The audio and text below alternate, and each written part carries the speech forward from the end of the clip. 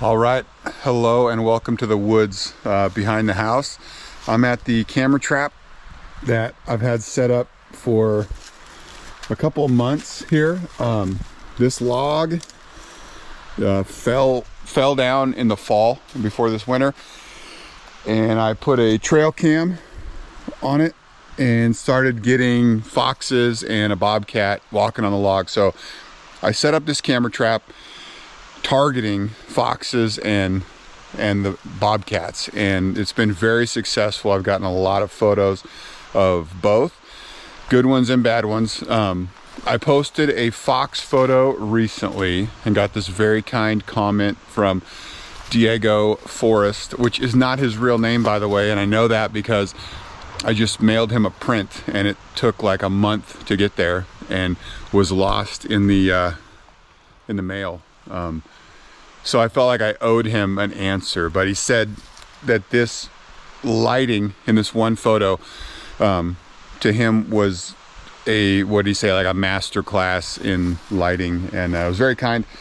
So I feel like I owe him at least a response to that after all we've been through. So here you go. This is the lighting situation at this camera trap. My trigger is here. Right, so I set this whole thing up assuming an animal moving this way down the log. I've gotten a few photos of animals coming the other way that have not been great because they're out of the focus point. But my trigger is here, assuming an animal moving this way trips the trigger about here, really. My focus point is on the tip of that little fork. So that's where, ideally, where I want an animal to be is like right in here. This photo of the fox walking away in the rain and snow was actually going the other way. And the fox itself is a little bit out of the focus point and is a little soft, but it almost doesn't matter because of the sort of mystery of the snow falling in that photo. So here's what I've got going on with lighting. I've got two flashes only at this camera set. I've got one here and I've got one here, and they are very close to the subject. I normally like them to be further away, but these were the only trees I had to work with. I actually had a flash mounted back here above the camera, but as you can see from this camera angle, it created a big old shadow on this tree. So at some point I moved that flash onto that tree even closer. But both of these flashes, so you can see one there and this one here, that's the focus point. Both these flashes are at, I believe, 1/16th power. They're very soft, and they're still too bright almost at this close distance. But what you got going on is this flash up here, enough of that background gets lit up in that flash that you can kind of bring up those shadows in the edit of the photo. And then this one acts like a fill flash almost to fill in shadows on the animal. So only two.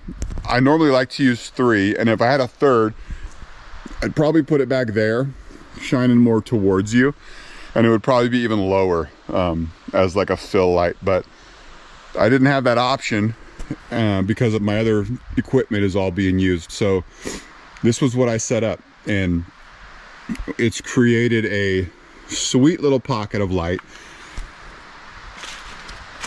but it's bright.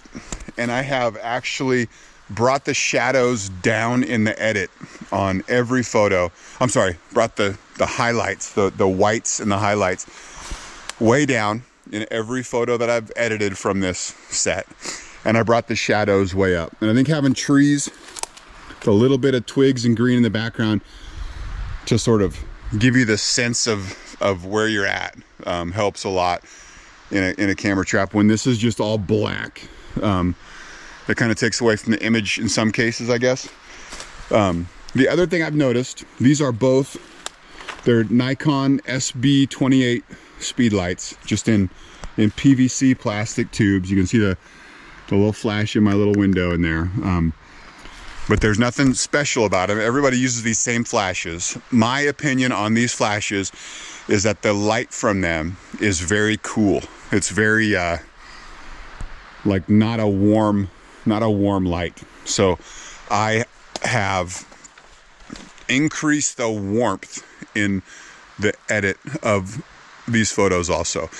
One of my first steps when I've got a couple of these particular flashes is I usually wind up warming it up, and it brings the natural colors out right away. You can really see it when you play with that warmth slider, that the photo from the flashes is very, very cool.